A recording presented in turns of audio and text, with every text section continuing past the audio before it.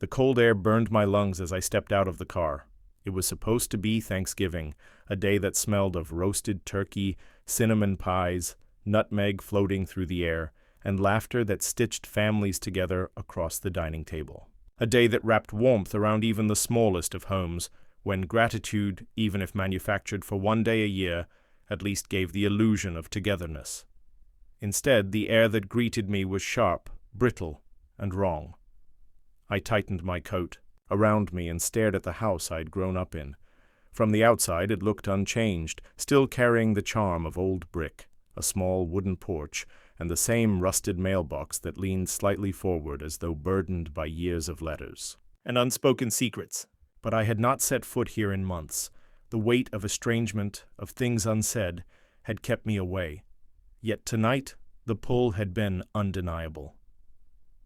Even before I reached the front steps, I heard it. Laughter, loud, carefree, unapologetic. My sister's voice rang above all others, shrill but polished, honed to command a room. Children shrieked with joy, hers, no doubt, running wild through a house that had once belonged to all of us, but now seemed theirs. A man's deep chuckle followed, casual, full. My brother-in-law. The sound should have reassured me. It didn't. What unsettled me most was what I did not hear. My mother's voice, not even a faint echo of it. I slowed, my boots crunching over the frost-bitten driveway. My eyes drifted to the garage, its door cracked open just enough to spill a thin ribbon of light into the night.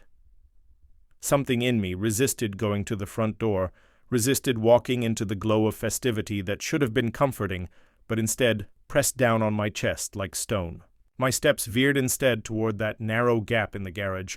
The smell hit me before I fully entered. Damp, metallic, stale medication, sweat. An odor so heavy it seemed to cling to my throat and settle there. I pushed the door wider, the hinges groaning like an old wound reopening. And there she was, my mother. Thin, too thin. Skin drawn tight against her cheekbones, lips cracked, hair matted to her forehead with sweat. Her chest rose and fell in uneven rhythm, each breath rattling. As though caught on broken glass, she was curled beneath an old quilt, faded with time, one I recognized from my childhood. It looked small around her now, not because it had shrunk, but because she had. The sight rooted me to the floor. My fingers curled into fists, nails pressing into skin. The betrayal wasn't a sharp blade. No, it was something slower, colder, spreading through me the way frost creeps across glass. Inside, my family celebrated. My sister laughed, her husband laughed, her children screamed with joy. And my mother, the woman who had once been the sun of this home, the anchor of every holiday, the voice that turned chaos into comfort, was here. In the garage, cast aside like an old possession no one had the heart to throw away, but no longer valued enough to keep inside. I moved before I could think. My steps were quiet, deliberate. When I bent to lift her, the truth of her condition burned into me. She weighed nothing, less than nothing.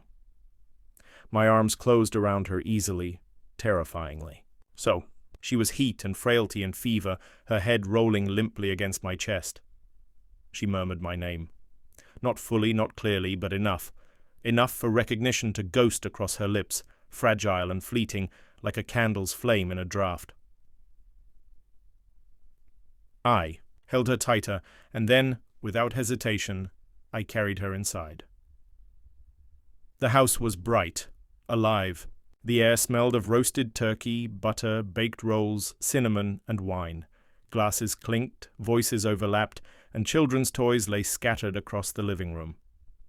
For a stranger stepping in, it would have looked like the perfect Thanksgiving scene, the kind that magazines like to photograph. But as I stepped across the threshold carrying my mother, silence cracked it open like glass under pressure. The laughter faltered. Forks froze halfway to mouths. My sister's voice, once triumphant, choked off mid-sentence. My brother-in-law's smile collapsed into something slack, then vacant. I didn't raise my voice. I didn't shout. I didn't scream accusations that burned in my chest. I just looked at them and spoke 3 words. Explain this now. The silence that followed was heavier than any scream could have been. My sister's face drained of color. Her hand trembled. By her side, fingers twitching as though reaching for words that refused to come. Her husband glanced at her before looking at me. That glance was everything. He wasn't surprised. He was complicit. Excuses tumbled out, thin, clumsy, desperate. The house is crowded. She said she wanted peace and quiet. The cot is just temporary. It's just pneumonia. It isn't that bad. Lies. Lies stacked, carelessly, collapsing under the weight of their own cowardice. I said nothing. I carried my mother past them, through the hallway to the master bedroom. Their bedroom. I laid her gently on the bed that had once been hers, once been the place where she was a wife, a mother, the center of a family. I turned to look at them again, calm, detached. They flinched under my gaze. That night, I didn't fight them. I didn't tear the house apart in rage. Instead, I waited. And while I waited, I watched. I cared for my mother in silence. I wiped her forehead, dampened cloths against her burning skin, fed her small sips of water. When she opened her eyes, there was gratitude there. Gratitude and shame. Shame that she could not hide. Shame that someone had found her in the state her own children had placed her in. Her hand clutched mine in those brief moments, desperate, fragile. "You're safe," I whispered to her, again and again, as if the words could build walls around her.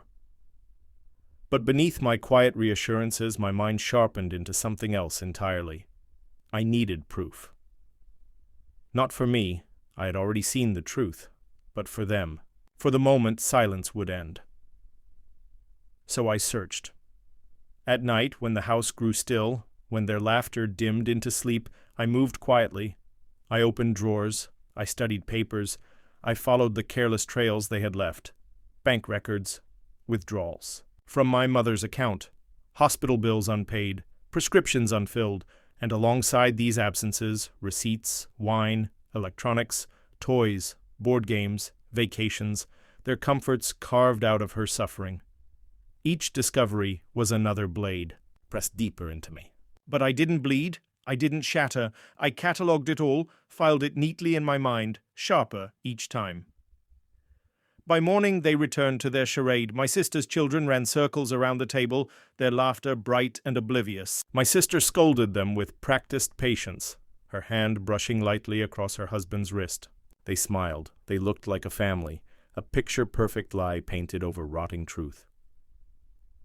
I sat with them, ate nothing, spoke nothing, just listened. They thought my silence was weakness. They didn't know silence could be a weapon. The proof came together neatly. A folder, bank statements, medical reports, pharmacy slips, a record not just of neglect, but of deliberate erasure. That evening I placed it on the table. No explanation.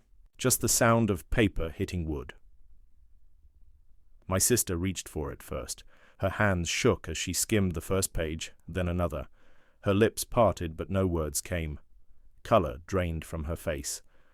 Her husband tried to speak, but I cut him off with one look. "You knew?" Not a question. A fact. He lowered his eyes. The papers slipped from my sister's trembling grip, scattering across the floor. Her children laughed from the next room, oblivious. Their joy grated against my ears like broken glass. I didn't shout. I didn't rage. The truth had already dismantled them. I lifted my mother again, carried her through the house. They followed. Pleading now. Words stumbled out. Misunderstanding. Stress. We meant well. Lies wearing desperation like a mask. I stopped. At the doorway, turned one last time to face them. She lives with me now. That was all. No accusations, no screaming, just removal, Surgical. Final. Their faces collapsed.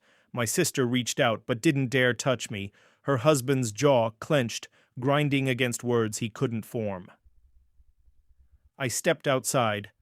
The door shut behind me with a sound heavier than any shout.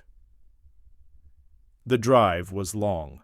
My mother slept beside me, fragile, her breaths shallow but steady. The house faded in the rearview mirror, shrinking until it was nothing but darkness. And for the first time that night, I understood something with crystalline clarity. Thanksgiving was meant for family, but family means nothing when loyalty dies. I didn't lose a family that night. I simply cut away the rot, and I never looked back.